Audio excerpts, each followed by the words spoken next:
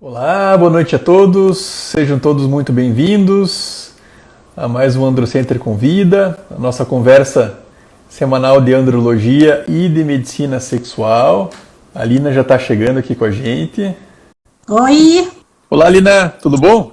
Tudo bom, Gustavo? Tudo! Como é que estão as coisas em Porto Alegre?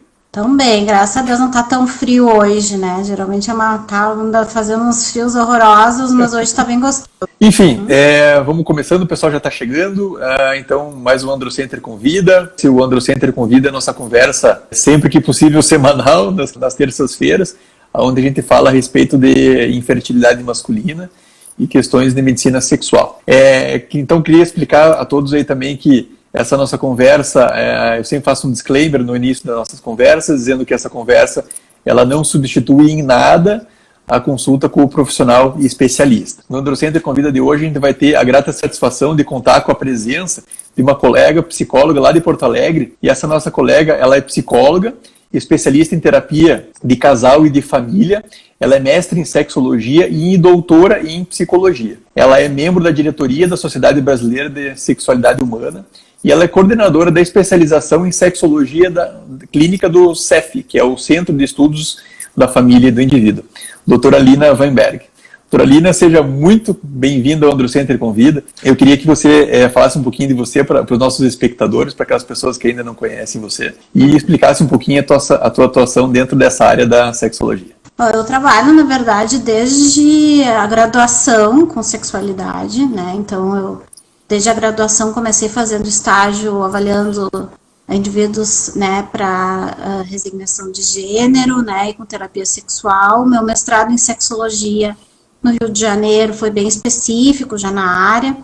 No doutorado eu continuei, né, mestrado e doutorado eu continuei estudando a relação realmente de casal e sexualidade. Então eu estudei intimidade e satisfação sexual, são os temas, né, que eu costumo investigar e estudar. E com isso fui agraciada com o cargo, né, de diretora de titulação com muita honra, né, substituindo o Serapião, que já era um grande nome, né, conhecido, né, e hoje em dia eu cuido da questão da titulação de especialista, né, em sexualidade humana pela SBRASH. Desde então, há quase 20 anos, eu venho então estudando, participando de eventos, dando aula, né, e agora coordenando então uma especialização em sexologia clínica, né, com uma turma super... Ano que vem saindo nova turma, né, com estágio clínico desde o primeiro semestre, com prática clínica em instituições de grande porte, alguns hospitais aqui em Porto Alegre, bem bacana, né, a receptividade,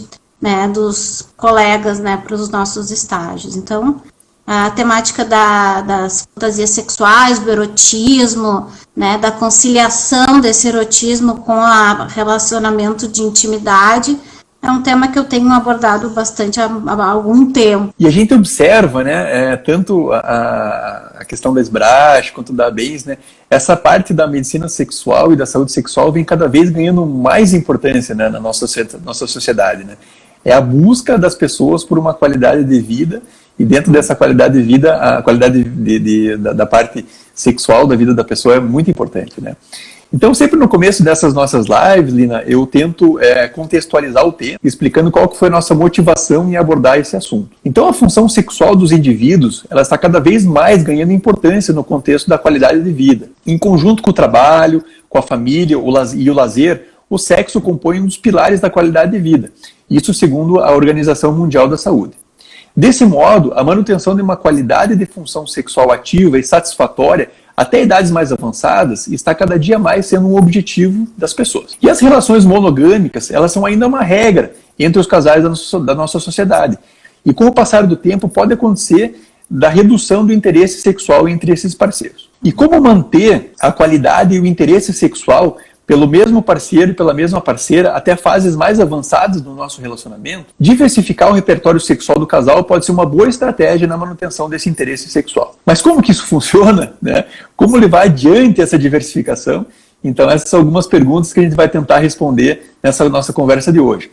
Então, para falar a respeito do tema da diversificação do repertório sexual, a gente tem aqui no Androcenter Convida de hoje a doutora Lina, que ela é especialista e mestre em sexologia clínica e vai ajudar a gente a responder todas essas questões. Lina, a frequência da atividade sexual dos casais, ela varia, né, conforme o tempo de relacionamento. Isso é uma verdade? Quanto tempo que esse casal ele mantém um relacionamento mais ativo? A partir de quanto tempo que esses relacionamentos eles vão acabar sendo menos frequentes? A primeira coisa que eu vou enfatizar e vou repetir aqui, né, Gustavo, é que vida sexual requer empenho. A gente tem uma ideia muito romantizada, né, de que seria algo instintivo e natural. Então, muitas pessoas não investem, né, no seu erotismo e na sua vida sexual contando com a naturalidade. Só que a gente sabe que a vida nos atropela, né, o trabalho atropela, os filhos atropelam, e realmente o que acaba acontecendo é que a vida sexual acaba ficando, sei lá, 5º, 6º, 15º plano, né, dependendo da pessoa. Então, realmente, o que a gente vê é, sim, uma diminuição de frequência, né, com o passar do tempo do relacionamento, por N motivos, né, e uma dificuldade que esses casais têm de poder realmente reverter alguns períodos da vida, né, que obrigatoriamente vai ser necessário uma diminuição de frequência, seja por uma gestação, seja por uma tese de doutorado, né, seja pelo frio, né, seja por uma crise conjugal natural, né, do ciclo da vida, né. Se os casais não investem num reinvestimento, e é o que acaba acontecendo com muitos casais, essa frequência às vezes vai realmente diminuindo e muitos casais vivem, inclusive, sem vida sexual, porque não conseguem reverter esse quadro. Então, existe sim uma diminuição, mas uma coisa que eu acho bem importante a gente também salientar aqui, né, Gustavo, é que a frequência é algo importante, mas qualidade é mais importante do que frequência. É verdade. Muitos casais vão ter uma diminuição de frequência, mas não uma diminuição de qualidade, né? Até porque esse erotismo, ele também vai mudando com o passar da vida, né? O erotismo de um casal de 25, 30, 35 anos é o erotismo de um casal de 60, se não passa por uma transformação, a tendência é ter dificuldades também, né? Porque o corpo não é o mesmo, a relação também não é mais a mesma, né? Várias vivências, várias mágoas, várias vitórias, várias conquistas, vários lindos momentos, né, também foram vivenciados. Então, se esse erotismo, né, eu acho que a gente é muito pouco educado, né, Gustavo, em relação ao nosso erotismo, todo mundo vai tateando meio sozinho, né, e às vezes realmente não tem com quem pensar sobre essas questões. A nossa cultura não é uma cultura que fala sobre fantasia, sobre erotismo como algo natural, como algo que todo mundo tem. Ainda é um assunto que as pessoas ficam muito constrangidas, né, até mesmo os psicólogos, né, a gente até pouco tempo atrás, né, quem falava de sexualidade era visto meio, né, esquisito, né, não era um psicólogo sério, né, como assim tá abordando as fantasias, né? Então existe sim ainda um olhar muito pecaminoso, né, de algo proibido, de algo que não se deveria falar ou dizer, e aí fica todo mundo muito só nessa busca. Então a gente tem que ter, o casal, se puder conjuntamente, né, falar e elaborar essas questões, já é um grande primeiro passo. Essa questão da sexualidade, ela cada vez mais vai ganhando espaço, e você muito bem colocou, até pouco tempo atrás isso não tinha tanta... Lógico, acredito que tinha importância, mas não ganhava a importância de... Inclusive, a gente tem uma colega aqui de Curitiba, que você certamente conhece, que é a Fernanda Bonato, que acho que na dissertação de mestrado dela, ela acabou observando que a quantidade de cursos da área de saúde que tinham na graduação alguma matéria que envolvesse a questão da sexualidade era muito pequena. Então, boa parte dos nossos profissionais da saúde, sejam eles médicos, sejam eles psicólogos, eles têm uma formação bastante negligenciada da parte de sexualidade humana na graduação, né? Então os profissionais que se dedicam a isso, eles têm que ir em busca de pós-graduações fora das suas graduações para poder entender alguma coisa nesse sentido, né? E ainda é muito pouca gente, né? Eu estava na banca da Fernanda, né? Então eu conheço bem o trabalho. A Fernanda é uma grande amiga aqui nossa. Eu sei. né? Na realidade, assim, são muito pouco curso e muito pouca assistência em saúde sexual sendo oferecida. Gritante, parte da população não tem onde pedir assistência nesse sentido. Então, eu tenho batalhado muito, inclusive entrando nos grandes hospitais, e eventualmente poder oferecer assistência até para a população que não tem renda para estar pagando um atendimento particular. Né? Assim, as pessoas não têm aonde buscar, né? É um problema. Verdade. Então, aí a importância de quando a gente recomenda algum profissional da saúde mental para fazer essa questão da psicoterapia para os nossos pacientes, que esses pacientes eles sejam direcionados para aqueles profissionais que realmente têm a formação nessa área, né, Lina? É muito importante que o profissional que vá buscar, que o paciente que vá buscar ajuda, ele busque o profissional mais adequado e mais capacitado para fazer essa questão desse tratamento. Enfim, voltando à nossa conversa, e na tua quais que são as principais causas pelas quais o casal diminui a sua frequência sexual?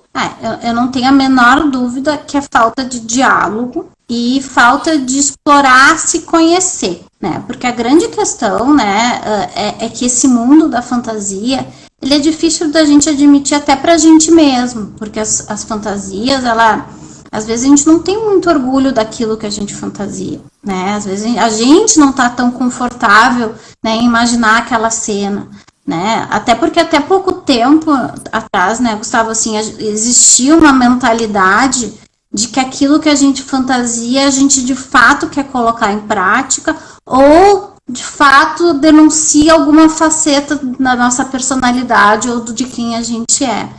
Essa mentalidade ela já está caindo por terra, né? A gente já tem muito mais clareza de que a fantasia sexual ela é só do mundo da fantasia, né? Eu já tive inúmeras situações de pacientes que me contaram que foram tentar colocar inclusive em prática a fantasia, e foi um desastre, porque a gente não consegue de fato colocar o detalhe que a gente imagina exatamente como é, né, na prática. Então, às vezes a fantasia ela é para ficar no mundo da fantasia. E a mente, né, eu sempre digo isso assim, né, Gustavo? O ser humano é o único ser que tem a capacidade de imaginação, né? E essa capacidade de imaginação, ela fez com que a gente evoluísse, construísse, inventasse coisas novas, tecnologias, desde o fogo, desde a roda, né? Se não fosse a imaginação, se não fosse a criatividade, nós não estaríamos no nível de evolução que nós estamos hoje em dia. Então, a capacidade de imaginação, ela é inerente ao ser humano e ela faz parte da nossa vida como um todo. Inclusive, eu acho bem importante também de esclarecer que a questão de fantasias, elas já fazem parte dos critérios dos manuais diagnósticos das disfunções sexuais, né? Eles já aparecem a ausência de fantasia, né, como um dos critérios. Então, a importância que é dada às fantasias pela sociedade, né, da saúde mental, ou da sociedade da medicina, né, ela não está sendo mais visto como algo vulgar, né, ou como algo que não se fala sobre, pelo contrário, se assume a importância, né? Existe até uma frase que a fantasia sexual está para a sexualidade, assim, o ar está para a respiração, né? Tamanha importância. E essa fantasia, até gosto também de esclarecer, ela não precisa ser uma cena de filme, com detalhes homéricos e um personagem. Não, às vezes é um detalhe, é uma pega de um jeito, é um olhar de um jeito, é imaginar que se está dizendo algo, é imaginar que vai fazer alguma coisa, né? Então pode ser desde uma história com um enredo completo até um detalhe, né, que me leva a imaginar todo o resto.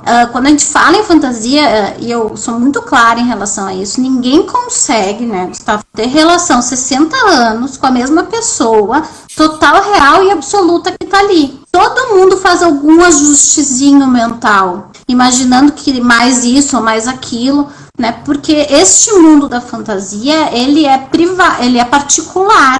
A gente tem o que eu chamo de um DVD portátil. A gente leva o filmezinho que a gente quiser para onde a gente quiser. E isso é de direito de cada um, né? A gente não pode ter controle sobre a mente do outro. Eu não posso querer dizer para o meu parceiro que ele pode e o que ele não pode fantasiar. Isso é do mundo particular dele, assim como eu vou ter o meu mundo particular em termos de fantasia. E a escolha de compartilhar ou não, né? Claro que tem que poder sentir o nível de tolerância que o outro vai ter em escutar, né, essa parte de mim, né, eu trago isso como uma importância, pô, fantasiar isso me pertence, fantasiar isso mostra algo sobre mim. Então, quando os casais conseguem compartilhar, o nível de cumplicidade, o nível de, né, só eu sei esse teu ladinho, né, saber algo que é meu privilégio, né, só eu saber, de um modo geral, inclusive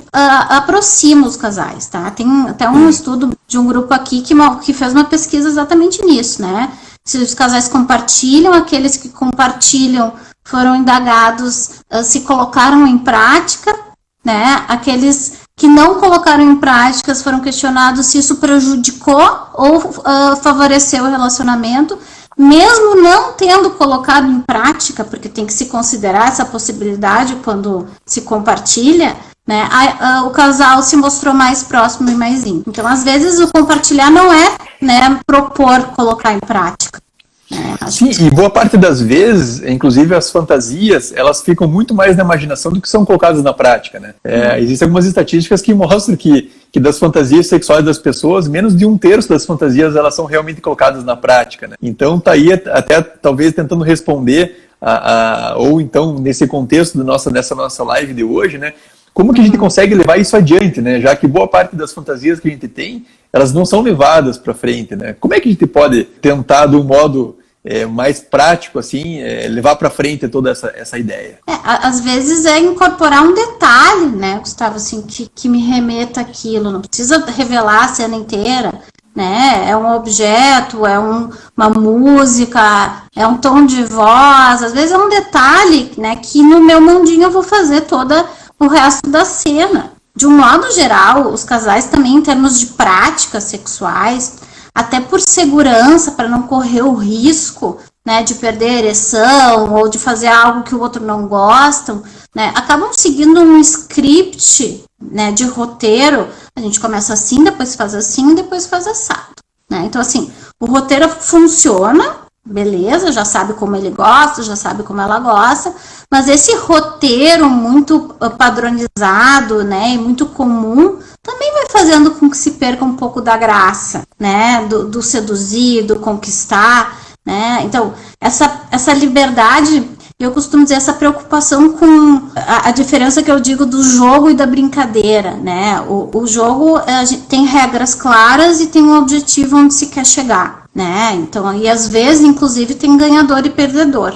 Na brincadeira, a gente não sabe como é que começa, não sabe para onde vai, não sabe como termina. De poder levar a vida sexual muito mais como uma brincadeira de exploração, né? O orgasmo é uma das possibilidades de como terminar essa relação. A gente eventualmente pode não ter orgasmo e ficar essa vontadezinha de quero mais para a próxima, né? Essa obrigatoriedade da penetração pênis-vagina, né? Assim, essa configuração sexual que se criou como o sexo. O resto tudo é visto com um pouco menos de valor, como se não, né, foi bom, mas não teve penetração, então parece que perde a graça, perde o valor. Qualificação, né, do brincar sexual, né, e não desse script rígido. Bom, se perder a ereção, perdeu a ereção, era novo, não sabia como bem no que ia dar, né, se experimentou, não deu certo, vamos rir junto disso, próxima vez se tenta de novo. Né, essa leveza e essa flexibilização, né, ela é muito importante. Uma outra coisa bem importante, ela é muito importante desde sempre. Aqueles casais que têm uma regularidade sexual têm mais facilidade em manter a vida sexual quando se torna mais velho. Então, a vida sexual saudável agora, ela é um fator de proteção, né, para a saúde sexual, né, com o envelhecimento. Eu costumo dizer assim que é quase uma postura de vida, né, de qual é o espaço, a importância, né, que eu vou dar para o prazer, para a troca de carinho, na minha vida. Então, essa coisa de reservar, assim, eu estava comentando das outras coisas, a gente reserva tempo para exercício físico, a gente reserva tempo para terapia, né, a gente reserva tempo né, para jogar uma bolinha com os amigos. Tem que reservar o tempo para alimentar a vida sexual do casal, né? Não quer dizer que tenha que transar, mas tem que namorar. É o dia que a gente se revela alguma coisa, né, diferente, que vê uma série da Netflix que traz um ponto, né, de discussão, né, diferente. A gente pode ver o que o outro pensa, para criar momentos de intimidade e privilégio, como eu costumo dizer. E para os teus pacientes da tua clínica diária, Alina, como que você aborda essa questão das fantasias sexuais? Então chega um casal, ou então eventualmente o teu cliente, que às vezes pode ser o homem ou pode ser a mulher, que chega com essa questão do libido baixo, da falta de motivação. Como é que você, e lógico, esse paciente já passou por uma avaliação do ginecologista, do urologista, foram excluídos causas hormonais, né, causas orgânicas, é identificado que essa questão de redução de libido, ela é realmente de causa psicogênica. E como que você aborda isso aí de tentar melhorar a questão do libido? Como é que você coloca essa questão das fantasias sexuais para esse teu paciente, depois para o casal? Como que é a dinâmica e a prática disso no teu dia a dia, Lina? A gente sabe que para as mulheres acaba sendo bem mais difícil, né? Porque as mulheres não tiveram tanto estímulo na sua criação, né? Para estímulos sexuais, para fantasias sexuais, como os homens tiveram. Eu brinco, mas os homens hoje em dia, mesmo que não queiram, estão recebendo filmezinho, pelo menos um por semana, no WhatsApp, de algum grupo de amigos, né? A gente se recebe alguma foto de homem pelado, é só de um grupo de mulher mais safadinha, porque é raro. Inclusive esse estímulo, né, com os homens, mesmo que não queiram, né, eles entram em contato, né, com o que excita, inclusive por uma questão corporal, né, a aprendizagem, né, do que excita para um homem, ela é muito mais conhecida porque ele vê, né, então quando ele fica excitado, ele tem ereção e ele enxerga que aquilo excita.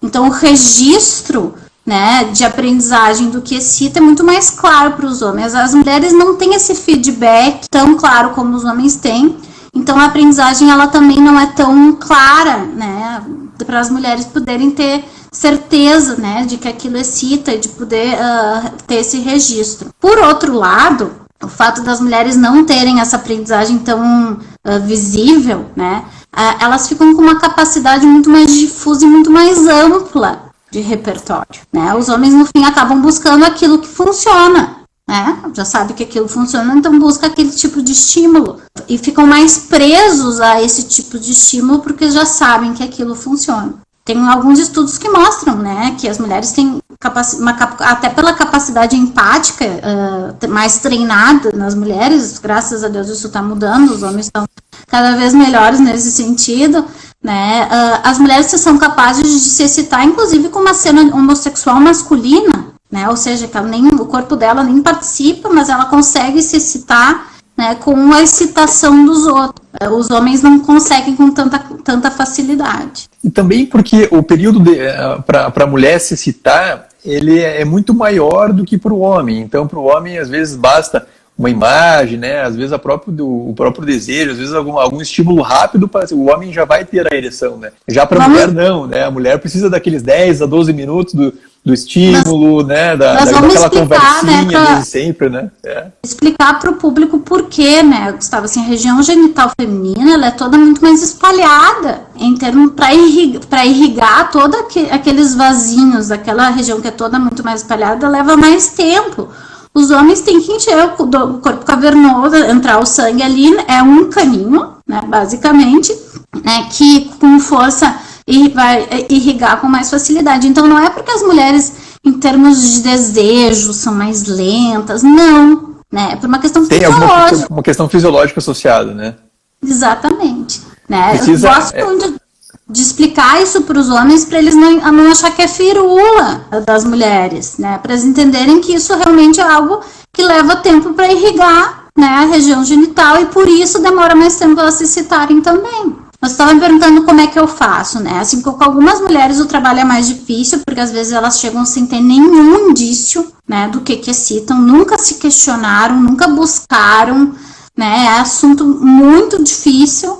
E aí a gente vai propondo algumas exposições a cenários sexuais, até que ela consiga identificar, olha, isso me faz uma cosquinha diferente, isso mexe comigo, gostei do jeito que ele olhou, gostei do jeito que ele né? Então, assim, a gente começa desde filmes de Hollywood, né? Tem vários que levam a cenas mais sexualizadas, né? E para as mulheres o filme pornográfico, ele não é tão fácil, né? Elas não se sentem tão confortáveis com... Eu costumo dizer, eles demoram 3 horas para gravar 15 minutos, então pegam a melhor cara, a melhor, né, cena, a mulher mais bonita, o homem mais isso, né? É uma cena cinematográfica, né? Em que as mulheres, às vezes, até se comparando, se sentem desconfortáveis com aquilo, porque a vida real não é bem assim, né? Então elas ficam se achando inadequadas, né, em comparação.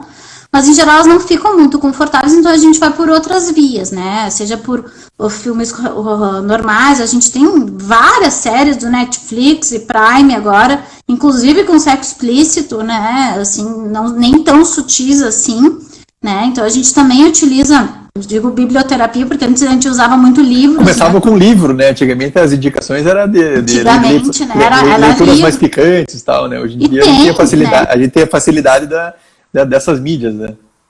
O que é interessante na biblioterapia, tá? Hoje em dia a gente tem os audiobooks, né? Que são histórias eróticas contadas. Os filmes, eles oferecem a cena sexual muito pronta. No entanto, o áudio e o livro, quando fala em moreno alto, bonito, sensual, tu vai imaginar um, eu vou imaginar fantasiar o moreno alto, bonito, sensual que você quer, né? Eu sou obrigada a botar meu cérebro para funcionar, né, e ativar meu erotismo. Então eu acho muito interessante, porque assim, eu tenho recebido uma série, principalmente de homens dessa nova geração, que estão incapazes de imaginar. Eles são, desde o início, fizeram uso da pornografia dos seus celulares, né, para o uso da masturbação, né, e hoje em dia eles não conseguem erotizar, criar uma mente erótica sem o uso, né, da cena pronta. Não consegue mais ter um relacionamento sexual real, né? Ele está condicionado àquilo que ele recebe, né, e aquele negócio que vem pronto, né? Ele não consegue se citar de outra forma, né, Lina? Tanto que tem aumentado de forma significativa os índices de disfunção erétil em resposta aos excessivos de pornografia, né? Mas isso é o extremo, né? Uma medida mais leve, assim, uma dificuldade em construir uma cena erótica com a sua criatividade. Eu digo que há um emburrecimento erótico, existe uma dificuldade de criar por conta própria em muitos homens. Então, assim, a leitura e o audiobook, eu tenho usado inclusive para alguns homens para fazer esse desmame da pornografia, a gente vai oferecendo outros recursos, para que a mulher possa ouvir e realmente, assim, registrar num papel, pontuar, né, qual foi o detalhe, até que elas começam a se dar conta, pô, eu me sinto com um monte de coisa que eu nem imaginava, né, não tenho até vergonha de te contar, mas me excito. E de fato, né, eu acho que teve um impacto muito grande os 50 Tons de Cinza, né, Gustavo, porque foi um divisor de águas, parece que não seja uma obra da literatura, né, a cena sadomasoquista permitiu que muitas mulheres pudessem perceber que se excitavam com aquilo. Queriam fazer uma cena sadomasoquista, não necessariamente, mas se excitavam com aquilo. Se excitavam com uma relação mais sadomasoquista. Quer casar com alguém sadomasoquista? Não quer casar com alguém sadomasoquista, mas ela tem capacidades que elas desconheciam. Por que a gente fantasia, né? É uma vontade de fazer alguma coisa diferente, de viver alguma experiência diferente da habitual? Da onde que vem essa motivação da fantasia sexual? Tu sabe que a gente vive um antagonismo, né, bem complicado, assim. Acho que é o grande problema dos relacionamentos a longo prazo. Eu costumo dizer que o amor, ele é algo que requer uma constância, uma previsibilidade, né, um conhecimento. Já o desejo requer curiosidade, novidade, surpresa, né?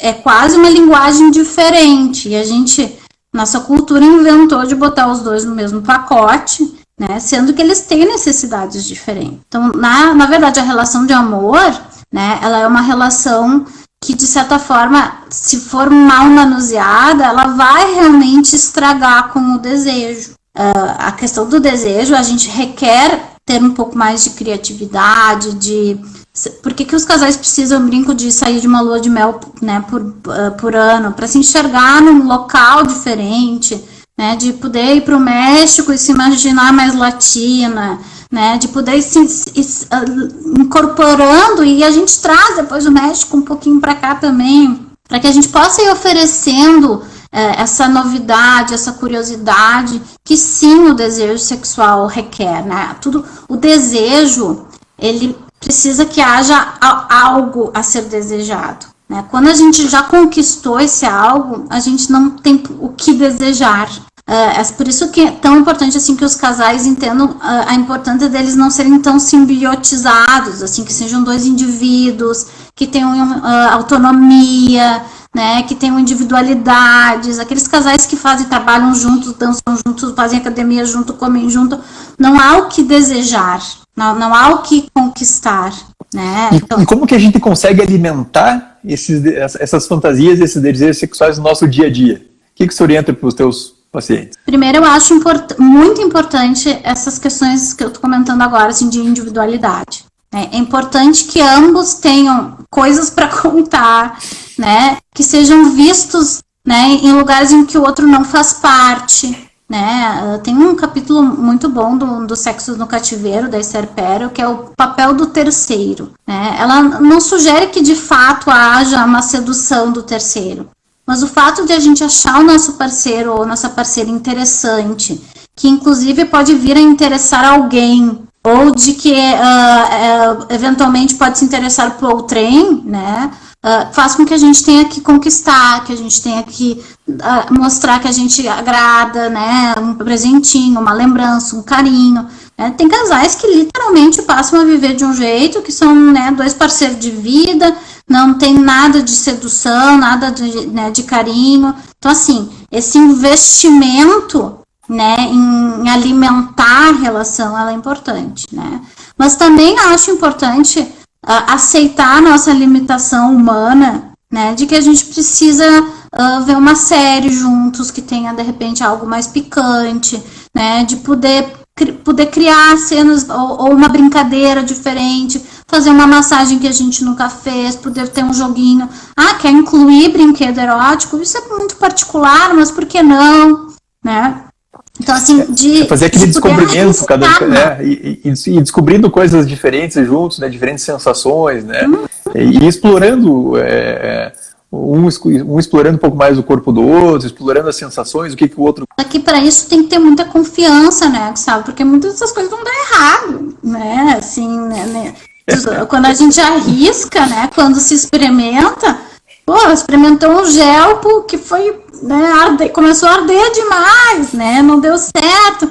Então, assim, de poder ter essa segurança né, na dupla, de poder as coisas darem errados. O que atrapalha muito os casais é justamente isso, né, é uma exigência, né, de que o que se experimente dê certo. E é bastante importante também que os casais eles tenham a sua privacidade, né, e tenham aquele momento da exploração da sexualidade, né.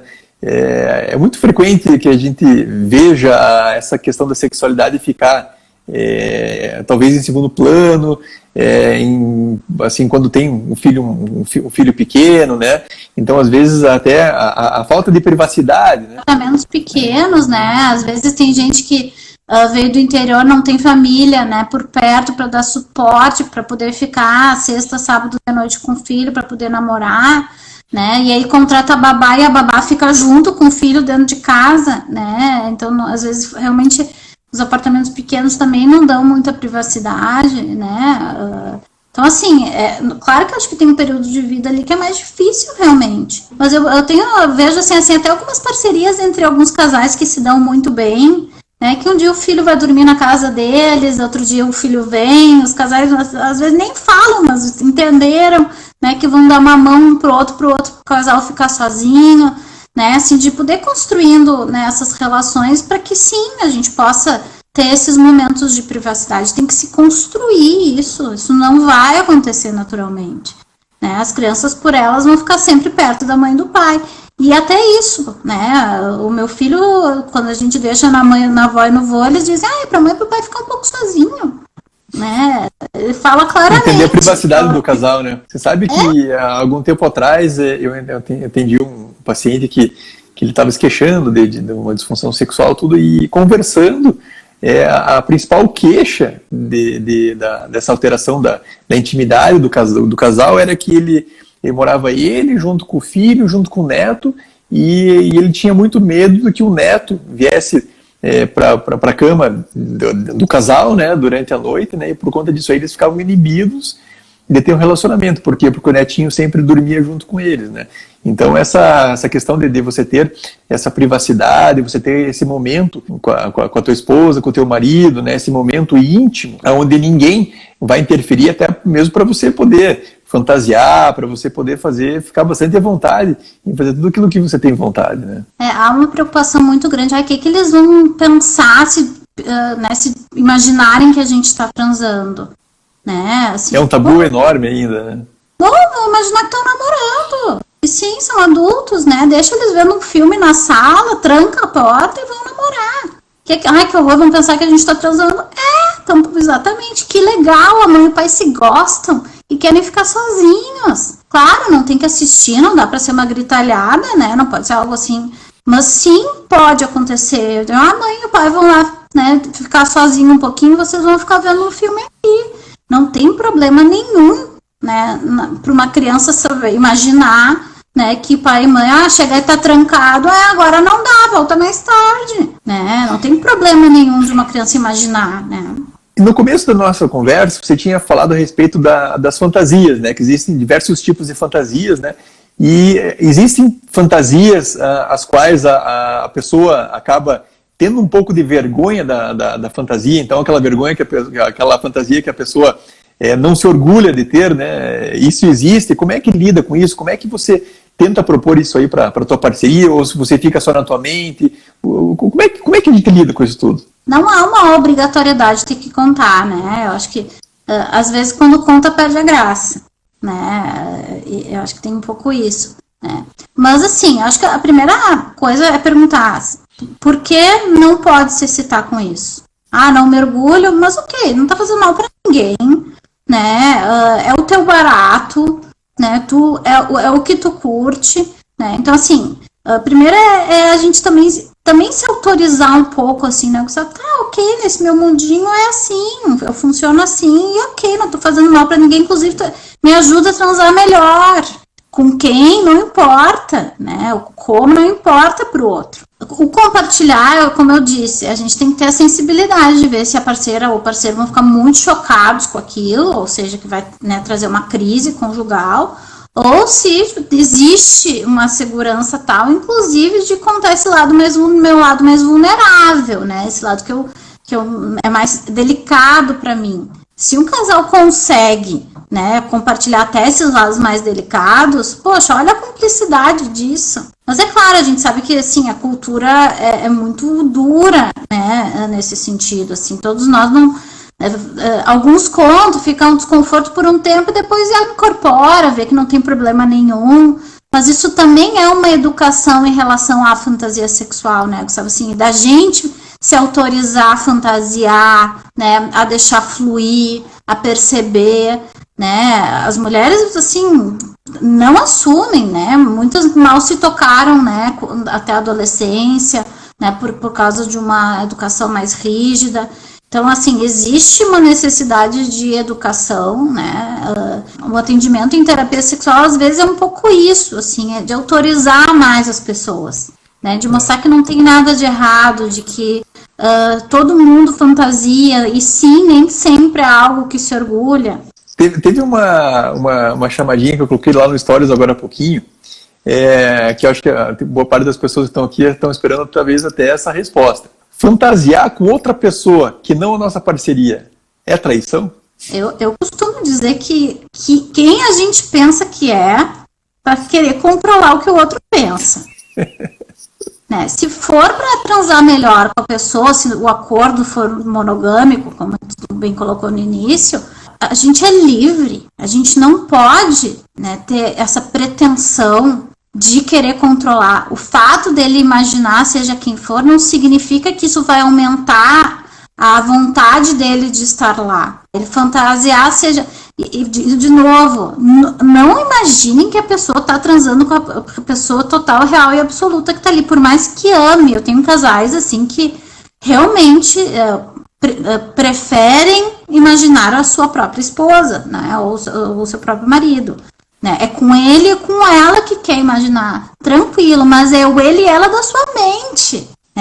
A gente já faz uma fantasia do próprio marido ou da própria esposa, que às vezes não é bem de acordo com a realidade, até porque, afinal de contas, né, ele deixou a toalha em cima da cama agora há pouco. Né? Então, há os desconfortos que são totalmente ignorados nessa hora. Não, na minha opinião, né, claro que isso é particular, ninguém tem que seguir o que eu digo, mas eu acho que a gente também tem que se libertar um pouco disso, assim, né? De que a gente não tem controle sobre a mente do outro, e que bom que não.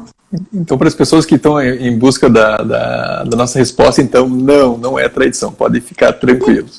O que você fantasia dentro da tua cabeça vai ficar com você, né? Se você não quiser expor isso aí para a tua parceria, isso vai ficar só com você e não vai te trazer nenhum tipo de problema para o teu relacionamento. Lina, eu sempre coloco uma caixinha de perguntas, né? Então, para a gente poder trazer um pouco da pergunta da nossa audiência, né, para essa nossa conversa.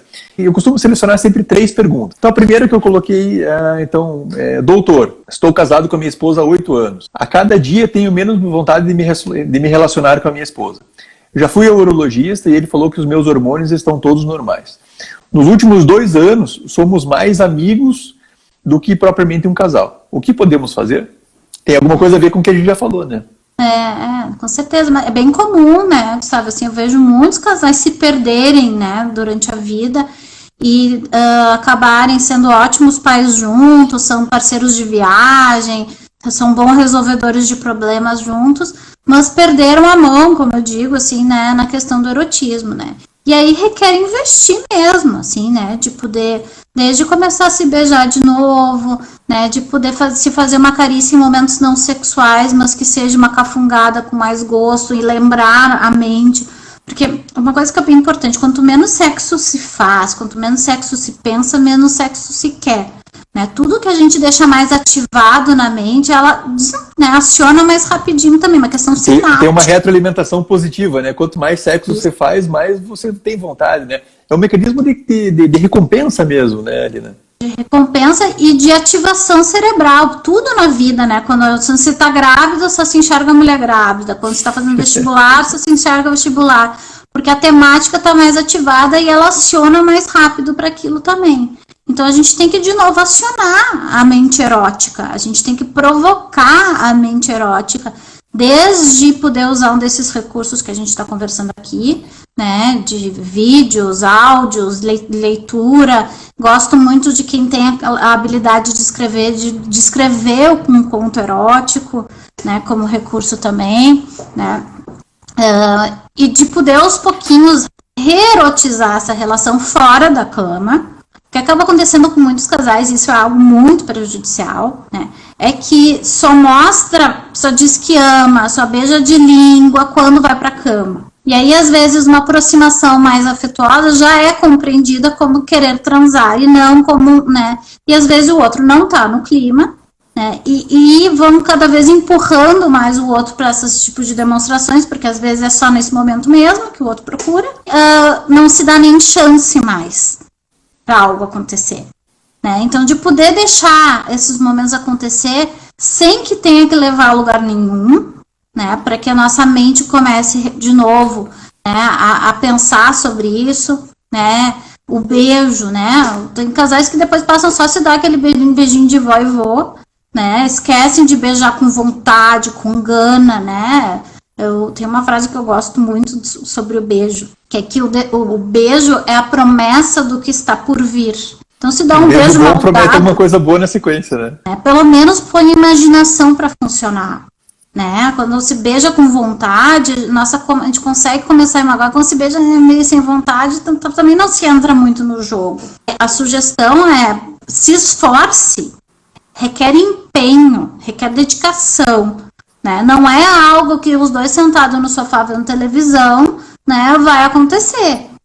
Né? E é algo que requer erotismo, inclusive fora das situações sexuais, né? De poder se olhar, de poder, quando achar que tá apetitoso ou apetitosa, né? De poder, gostei, né? De ao menos demonstrar, né? De poder fazer um carinho, uma cafungada, uma cheirada, de uma forma em que demonstre que deseja, que lembra, né? E que isso vá provocando de novo os dois, né?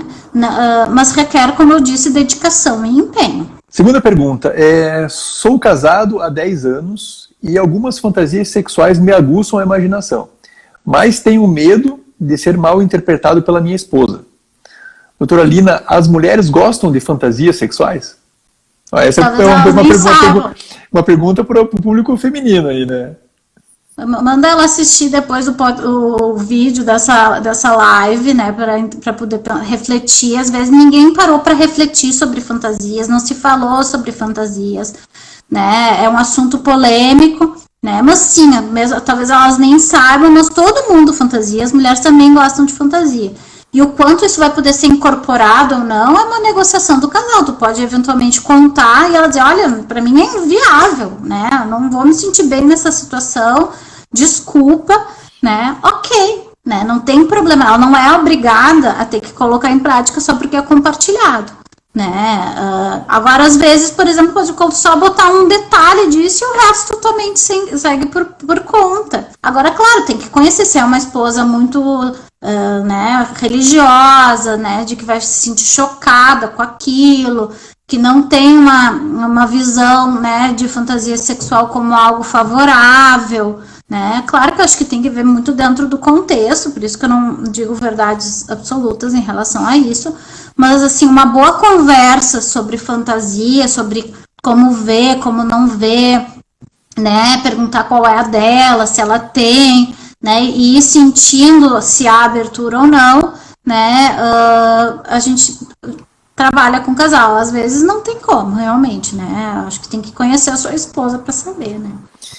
A nossa clínica aqui, né, o nosso objetivo inicial, a gente lida mais com homens, né, e explorando o universo feminino, assim, Lina, as mulheres, elas costumam gostar e costumam... como é que é a impressão das mulheres com relação às fantasias sexuais? Falando para os nossos pacientes, né, os homens que estão acompanhando aqui, as mulheres, elas gostam de fantasias sexuais?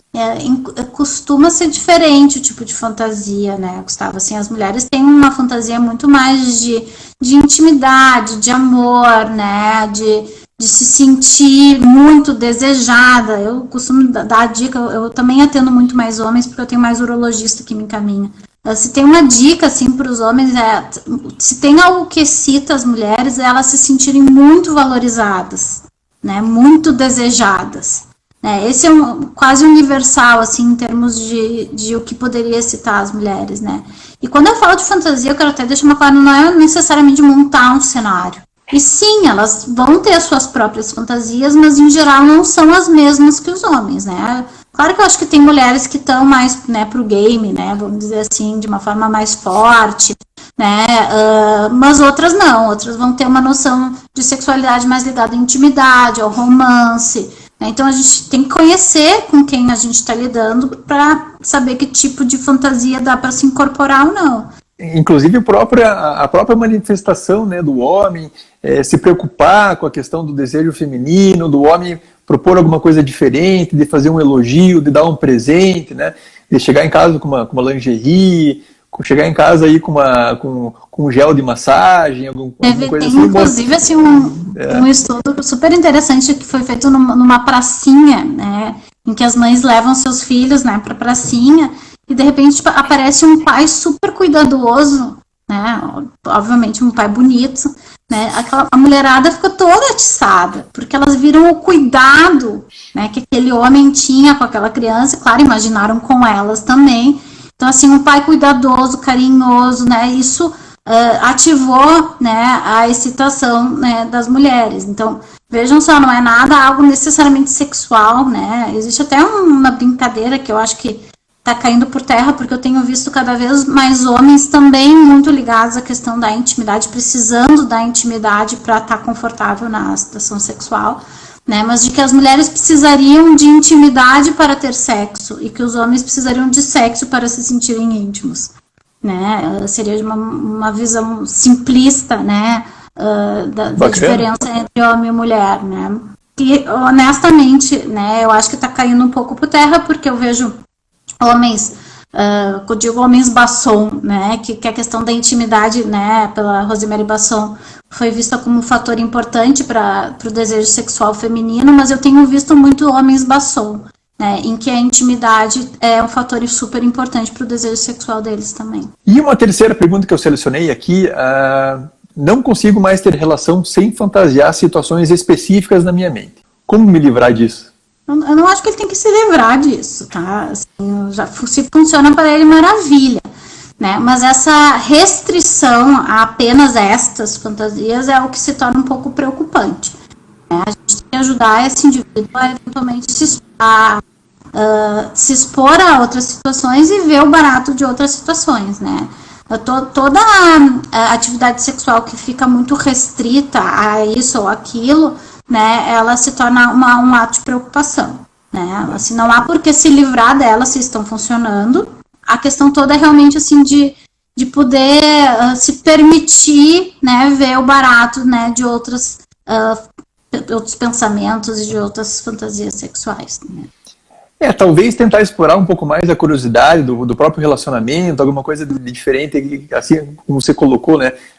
Você aguçar, né, a tua vontade da descoberta, a vontade de fazer alguma coisa diferente, né? Talvez essa seja uma estratégia para ele tentar fugir um pouquinho daquele condicionamento que ele precisa da imaginação naquele modo específico, né, Lina? Claro que isso mostra uma característica assim, mais obsessiva, assim, né, que está mais agarrada ao pensamento, né? Então a gente tem que avaliar como um todo. Às vezes é um paciente mais ansioso, né, que tem características de personalidade que precisam também ser trabalhadas em termos, né, de flexibilização, né? Então às vezes a gente tem que ver o todo, né, desse funcionamento. Mas se isso está fazendo com que ele consiga ter um relacionamento sexual satisfatório e está proporcionando para parceria também, né? Talvez não é nenhum problema que ele precisa se preocupar, assim como você muito bem colocou. Legal. Às vezes a gente vê problema onde não tem também, né? Então, olha isso. Nossa, deu quase 1 hora já de live, Lina. Vamos ter que encerrar por aqui. Então, muito bacana essa nossa conversa, né? Quase já 1 hora de conversa.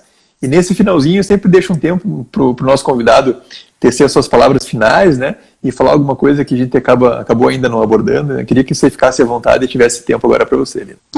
Eu realmente, o recado final sempre é essa questão da dedicação e empenho, né? De não partir do pressuposto que a sexualidade é algo puramente natural, que é algo que não requer empenho, né? Os casais precisam se dar conta, né, que sim, a sexualidade é um fator importante na vida conjugal e na satisfação da vida como um todo, né, e que assim como a gente se dedica com a saúde física, né, assim como a gente se dedica ao nosso intelecto, assim como a gente se dedica às nossas relações em geral, afetivas, de amizade, a gente também tem que se dedicar para a vida sexual, né. Então, de entender que é um fator importante e que requer investimento. E investimento e também, eu diria assim, a gente não se julgar tanto, né? Acho que a gente tem que aprender a ser um pouco mais leve, né, em relação a algo que é tão natural e presente em absolutamente toda a humanidade. Então, ninguém está num barco diferente aqui. Então, é isso aí. É empenho e investimento também na vida sexual do casal, né? E eu sei que isso não é fácil, tá? Mas, não é nada fácil. Mas precisa ser feito, né? Se o casal quer manter uma vida sexual ativa, satisfatória, esse empenho, né, esse investimento, ele se faz necessário, né? E claro, né, Gustavo, se não conseguir sozinho, de pedir ajuda, né? Porque às vezes a gente realmente fica tão agarrado àquele funcionamento que a gente não vê mais saída. E às vezes um terapeuta, ele pode eventualmente ajudar a encontrar novos caminhos. Sem dúvida, assim como uma terapeuta ajudou muita gente hoje nessa nossa conversa. Mais uma vez, muito obrigado. E eu queria lembrar a todos que todo esse conteúdo em breve vai estar disponível no nosso canal do YouTube, né, que é o Androcenter, Saúde Sexual e Reprodutiva Masculina, e também no nosso podcast, que é o Androcast. Que o Androcast é um podcast que a gente tem, que fica no Spotify, em todas as outras plataformas de áudio, da Apple e do Google, né?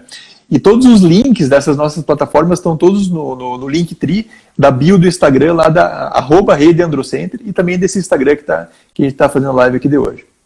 Então, mais uma vez, muito obrigado.